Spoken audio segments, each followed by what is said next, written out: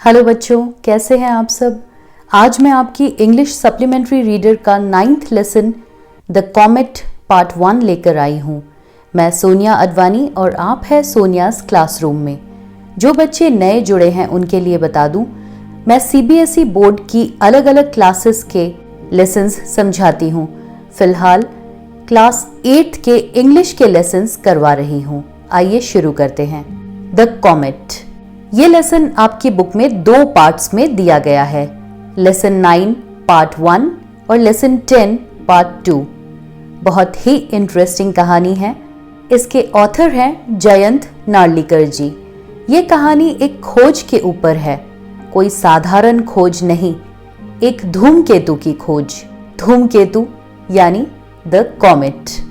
दिसंबर की अमावस की एक रात थी। खिड़की से आती हुई ठंडी हवा के झोंके ने इंद्राणी देवी की नींद खराब कर दी। आधी नींद में उन्होंने अपने पास वाला तकिया टटोला। वो जानती थी दत्तादा वहां नहीं थे। इंद्राणी देवी एक शौकिया खगोलविद दत्तादा की पत्नी थी। दत्तादा दिव्य चक्षु नाम की अपनी दूरबीन से छत पर जाकर आकाश निहार रहे थे। न उन्हें दरवाजा बंद करने का ख्याल था, न ही उन्होंने अपने आप को ठंड से बचाने के लिए अपना स्वेटर पहना। इंद्राणी देवी के लिए वो दूरबीन एक चालाक औरत की भांति ही थी जिसने दत्तादा पर अपना जादू चला रखा था। वो उसे दिव्या पुकारती थी। दत्तादा का ये सपना था कि उनके पास दूरबीन खरीदने के लिए काफी पैसा हो और साथ ही सितारे देखने के लिए काफी सारा खाली वक्त भी। सेवानिवृत्त होने पर उन्हें ये दोनों मिल गए। अब वे अपनी लंबी अंधेरी रातें सितारे देखने में ही बिताते थे। इंद्राणी देवी तो कम से कम ऐसा ही सोचती थी। उन्होंने दत्तादा को स्वेटर पकड़ाया और कहा कि पहनोगे या चाहते हो कि नबीन बाबू बेड रेस्ट करने के लिए कहें। सभी शौकिया खगोलविदों की तरह दत्तादा में भी ये महत्वाकांक्षा थी कि वह एक नए धूमकेतु की खोज करे। धूमकेतु नए हो सकते हैं क्योंकि वो सौर मंडल के दूर दराज कोनों से आते हैं। ग्रहों की तरह ये भी सूर्य का चक्कर लगाते हैं, पर ये एक निश्चित दायरे में परिक्रमा नहीं करते हैं। इसीलिए धूमकेतु कभी कभार ही सूर्य के समीप आता है। जब आता है तो इसकी लंबी सी पूंछ सूर्य की रोशनी में चमकती है, फिर चमक अंधकार में खोने लगती है और फिर कई सालों या सदियों तक वो नजर नहीं आता। पर एक 8 इंच की दूरबीन से कुछ खोज पाने के कितने आसार थे, जबकि पेशेवर खगोलविद बड़ी बड़ी दूरबीनें लेकर बैठे हैं। दत्तादा परंतु आशान्वित थे। कारण यह था कि पेशेवर खगोलविद बुझते तारों और आकाश गंगाओं में ज्यादा दिलचस्पी लेते थे। वो लोग इतनी मामूली चीजों पर ज्यादा ध्यान नहीं देते।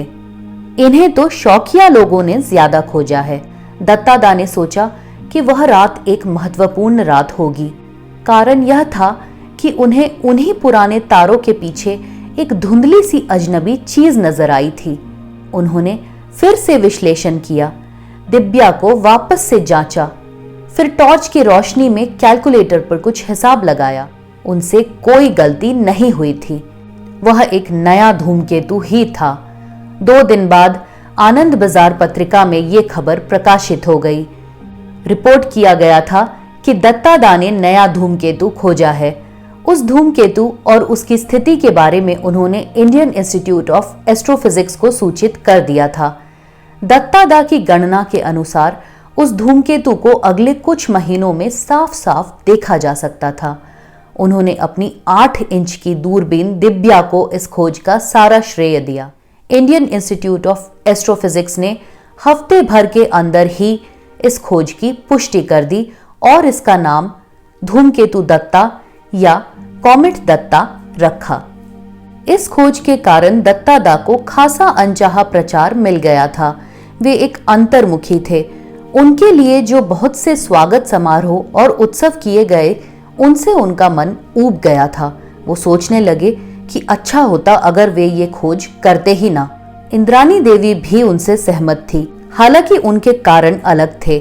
दत्तादा के पूछने पर वे बोली कि धूमकेतु बुरा भाग्य लाते हैं, इसीलिए वो नहीं चाहती थी कि दत्तादा जैसे अच्छे आदमी यह खोज करें। दत्तादा ये सुनकर हंसे। इंद्रानी देवी एमए पास थी। उन्हें उनके अंधविश्वासी होने पर आश्चर्य हुआ। उन्होंने अपनी पत्नी को बताया कि धूमकेतुओं के आने से जमीन पर कोई दुर्घटना नहीं होती है, उनसे कोई हानि नहीं होती। दत्तादा ने उन्हें विश्वास दिलाया कि उनका ये धूमकेतु किसी को कोई नुकसान नहीं पहुंचाएगा। हालांकि इस बात पर वे पूरी तरह से आश्वस्त नहीं थे। पृथ्वी के दूसरी तरफ किंग्स कॉलेज कैम्ब्रिज में एक बटलर ने अपने अध्यक्ष को एक लिफाफा लाकर दिया। अध्यक्ष ने जेम्स नाम के एक खगोल शास्त्री को बुलाया और लिफाफा दे दिया। जब जेम्स ने लिफाफा खोला तो उसमें एक संक्षिप्त सा पत्र था। यह जॉन मैकफर्सन द्वारा भेजा गया था। वे जेम्स से उसी रात अपने दफ्तर लंदन में मिलना चाहते थे और अपना आना बिल्कुल गुप्त रखने के लिए कहा उन्होंने। यह पत्र डिफेंस साइंस एडवाइजर की तरफ से था। व्हाइट हॉल का सुरक्षा अधिकारी जॉनसन जेम्स को लंदन ले जाने के लिए आया था। जल्द ही उसकी गाड़ी उनको व्हाइट हॉल लेकर आ गई। फिर वे सर जॉन मैकफर्सन के दफ्तर पहुंचे।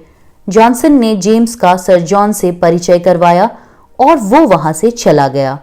फिर सर जॉन ने ही उसे टाइप किया हुआ एक लेख दिया।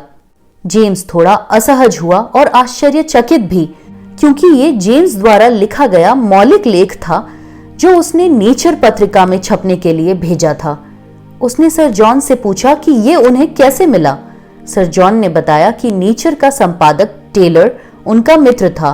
फिर जेम्स बोला कि उसने तो यह लेख नेचर पत्रिका को बगैर देरी के छापने के लिए कहा था, क्योंकि ये काफी महत्वपूर्ण था। सर जॉन बोले कि क्योंकि यह लेख इतना महत्वपूर्ण था, इसीलिए उसे छपवाना उचित नहीं था। अगर जो तुम कह रहे हो वो सही है। जेम्स को यह बात अच्छी नहीं लगी, पर क्योंकि वो सर जॉन का सम्मान करता था, उसने उन्हें पूरा सुनना चाहा। सर जॉन ने कहा कि असल में टेलर ने छापने से पहले इस लेख पर उनके विचार देने के लिए कहा था, इसीलिए वो लेख उनके पास था। जेम्स ने अपने लेख में भविष्यवाणी की थी कि धूमकेतु दत्ता पृथ्वी से टकराने वाला है। ये एक बहुत ही बड़ी दुर्घटना होगी। जेम्स ने सर जॉन को बताया कि ये एक बहुत गंभीर घटना होगी, इसलिए उसने सभी गणनाओं में बहुत ही ज्यादा सावधानी बरती है। कुछ असाधारण हालातों को छोड़कर टकराव निश्चित रूप से होने वाला था।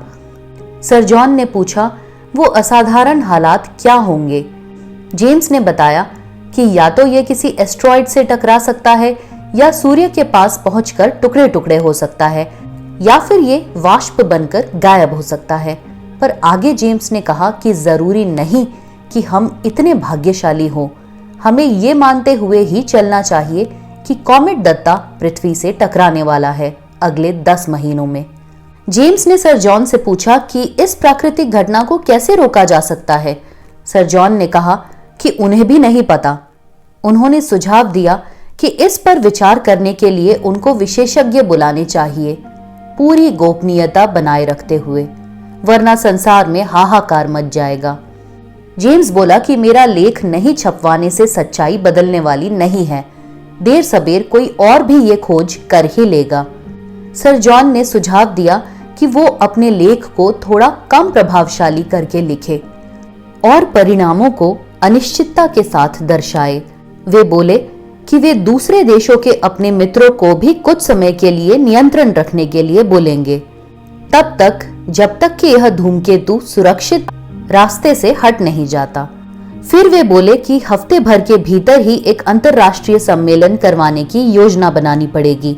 जेम्स ने सोचा कि यह एक असंभव काम था, परंतु सर जॉन तैयारियों में लग गए। ये लेसन इसी के साथ समाप्त होता है बच्चों।